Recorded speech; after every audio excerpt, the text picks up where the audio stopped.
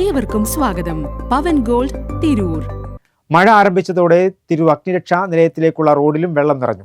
ഇനി ഫയർഫോഴ്സിന്റെ വാഹനങ്ങൾക്ക് കടന്നു പോകണമെങ്കിൽ ഈ വെള്ളക്കെട്ട് നീന്തണം. നിരവധി തവണ പരാതിപ്പെട്ടിട്ടും വെള്ളക്കെട്ട് നീക്കി റോഡ് ഉയർത്തി പ്രവൃത്തി നടത്താനുള്ള ഒരു നടപടിയും ഉണ്ടായില്ല. വർഷങ്ങളായി അനുഭവിക്കുന്ന ഒരു പ്രയാസമാണിത്.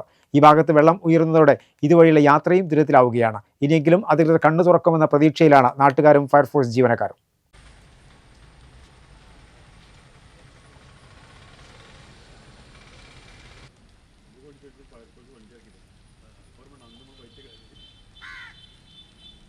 മഴ ആരംഭിച്ചതേയുള്ളൂവെങ്കിലും തിരൂർ സിറ്റി ജംഗ്ഷനിൽ നിന്നും അഗ്നിരക്ഷാ നിലയത്തിലേക്കുള്ള റോഡിലാണ് വെള്ളക്കെട്ട് രൂക്ഷമായിരിക്കുന്നത്. വെള്ളക്കെട്ട് നിറഞ്ഞതോടെ കാൽനട യാത്ര പോലും ദുസ്സഹമായിരിക്കുകയാണ്. ഇടുങ്ങിയ റോഡായതിനാൽ അഗ്നിരക്ഷാ സേനയുടെ വാഹനം നേരത്തെ തന്നെ ഏറെ പ്രയാസപ്പെട്ടാണ് ഇതുവഴി കടന്നുപോയിരുന്നത്. ഇതിന് പിന്നാലെ വെള്ളം പൊങ്ങിയത് ദുരിതം ഇരട്ടിയാക്കി. വർഷങ്ങളായി ഇത് തുടരുകയാണ്. നിരവധി തവണ പരാതിപ്പെട്ടുവെങ്കിലും റോഡ് ഉയർത്തി ടാർ ചെയ്യുന്നതിനുള്ള ഒരു നടപടിയും അധികൃതരുടെ ഭാഗത്തും ഉണ്ടായില്ല.